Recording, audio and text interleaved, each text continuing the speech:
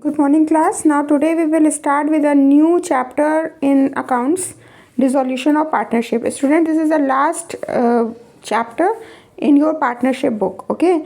So, what is the meaning of dissolution? Dissolution का basically क्या मतलब होता है? Dissolution का मतलब होता है जब partners के बीच की जो relationship है जब वो ख़त्म होने जाती है तब हम उसको dissolution कहते हैं.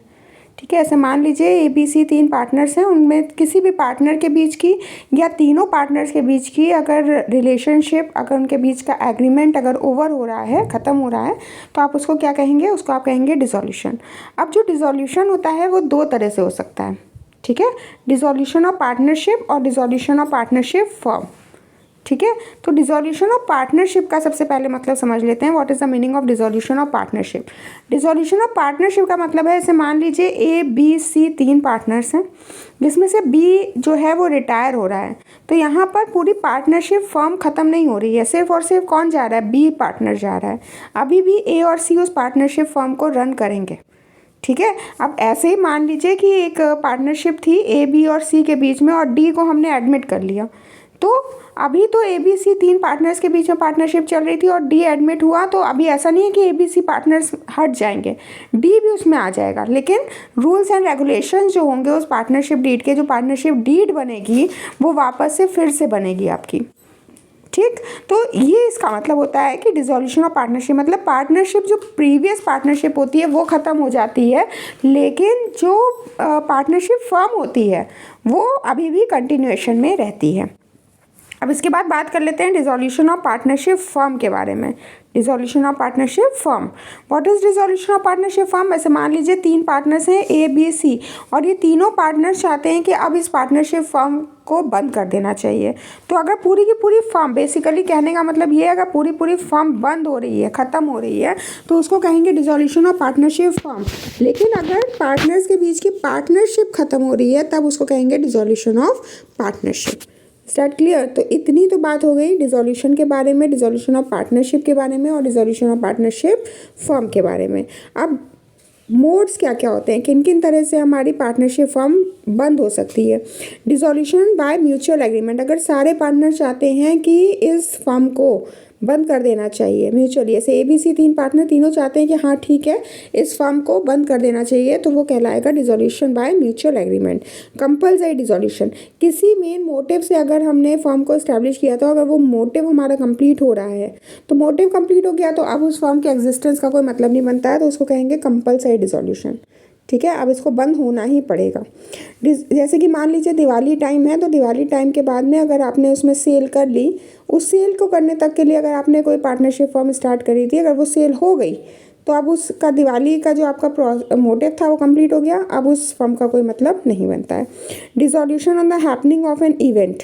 अगर कोई इवेंट हमने रखा होगा, वो इवेंट आपका कंप्लीट हो गया, ठीक है, किसी इवेंट की वजह से हमने जो है पार्टनरशिप फॉर्म करी थी और जब वो इवेंट कंप्लीट हो गया तब फिर वो पार्टनरशिप फॉर्म बंद हो जाएगी. Dissolution by notice. अगर नोटिस गया है कि जैसे आपकी कंपनीज एक्ट ने या पार्टनरशिप एक्ट ने, ठीक है, कंपनी तो नहीं बंद हो रही है, यहाँ पे पार्टनरशिप फर्म बंद हो रही है, तो पार्टनरशिप एक्ट के थ्रू अगर आपका नोटिस जाता है कि आपको इस फर्म को बंद करना पड़ेगा, तो भी आपको फर्म को अपनी डिसॉल्व करना पड़ेगा. Dissolution by court. अगर कोर्ट ने नोटिस भेजा है कि इस फर्म को आपको बंद करना है, तो आपको उसको भी डिसॉल्व करना पड़ेगा, ख़त्म करना पड़ेगा. अब डिसोल्यूशन ऑफ पार्टनरशिप और डिसोल्यूशन ऑफ फर्म के बीच का डिफरेंस देख लेते हैं क्या होता है. What is dissolution of partnership? It refers the change in the existing agreement between the partners. अगर पार्टनर्स के बीच का एग्रीमेंट चेंज हो रहा है तब कहते हैं डिसोल्यूशन ऑफ पार्टनरशिप हो रही है.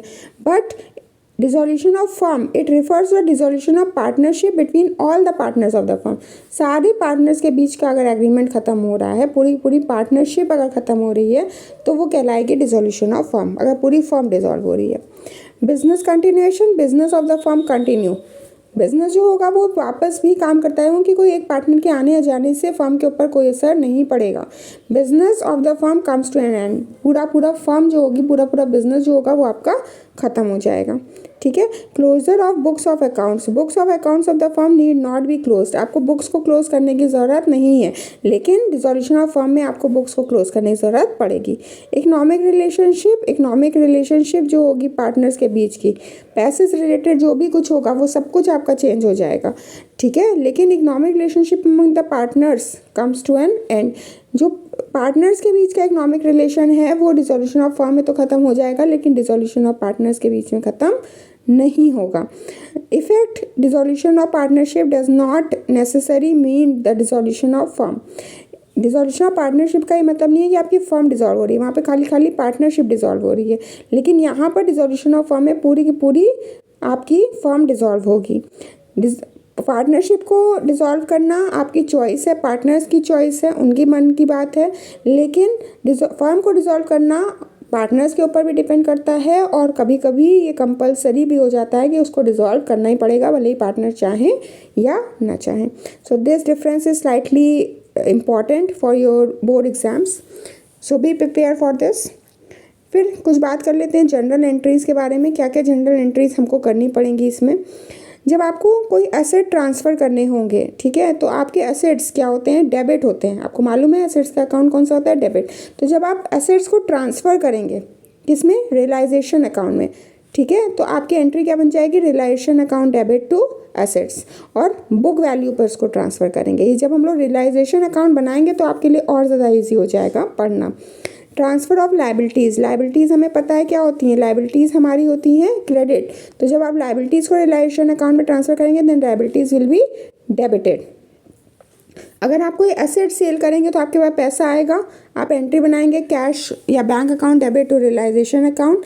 अगर कोई पार्टनर एसेट को ले लेता है तो आप पार्टनर्स कैपिटल में उसको दिखाएंगे और रियलाइजेशन में भी दिखाएंगे, इसलिए आपकी एंट्री बनेगी partners capital account debit to realisation account.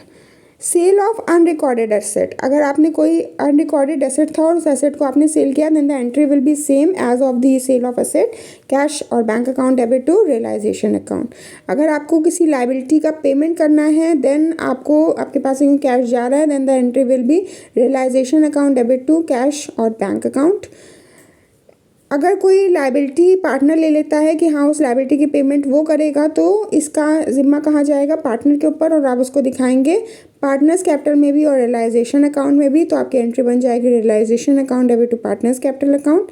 अगर आप कोई रियलाइजेशन एक्सपेंस पे कर रहे हैं तो आपकी एंट्री क्या बन जाएगी, क्योंकि आपके पास again the cash is going out, तो realisation account debit to bank account. Payment of unrecorded liability को आपने लाइबिलिटी हुई है और आपने उसको रिकॉर्ड करना भूल गया है, तो आपकी एंट्री बन जाएगी realisation account debit to cash और bank account. Payment of realisation expenses by any partner, कोई पार्टनर आपका किसी रियलाइजेशन में एक्सपेंस को पे कर देता है खुद से, तो आप उसको फिर से दोनों जगह दिखाएंगे realisation account debit to partners capital. ठीक है, इसके बाद में आपकी एंट्री है credit balance of realisation account. ठीक है, अगर आपका क्रेडिट बैलेंस आ रहा है रियलाइजेशन अकाउंट में तो आप करेंगे realisation account debit to partners capital, आपने रिवैल्यूएशन अकाउंट में इसको कर रखा है। अगर डेबिट बैलेंस आ रहा है रियलाइजेशन अकाउंट में तो आप करेंगे partners capital account debit to realisation account. तो बच्चों ये आपका एक शॉर्ट जो है इंट्रोडक्शन था चैप्टर डिसॉल्यूशन ऑफ पार्टनरशिप के बारे में। नेक्स्ट हम लोग कल से इसके क्वेश्चन करेंगे, तो देख लेते हैं कौन कौन से अकाउंट्स आपको प्रिपेयर करने होंगे। इसके बारे में आपको सबसे पहले रियलाइजेशन अकाउंट प्रिपेयर करना है, ठीक है। देन जैसे हम करते थे पार्टनर्स कैपिटल अकाउंट आप प्रिपेयर करेंगे, और इस बार सबसे इजी चीज़ जो आपकी सबसे डिफिकल्ट होती है बैलेंस शीट, वो आपको नहीं प्रिपेयर करनी है, so that is a good thing for you. अब इसमें आप लास्ट में प्रिपेयर कर लेंगे बैंक अकाउंट, क्योंकि फर्म अब आगे कंटिन्यू नहीं होगी तो आपको बैलेंस शीट प्रिपेयर करने की ज़रूरत नहीं है। इन तीनों अकाउंट्स के बारे में एक न्यूमेरिकल क्वेश्चन के साथ में हम लोग कल मिलते हैं। कल इसको समझते हैं कि ये तीनों अकाउंट में आपको कैसे रिकॉर्ड करनी होंगी चीज़ों को, ठीक है। So that's all for today. Please revise the notes that are given to you. Thank you, have a nice day.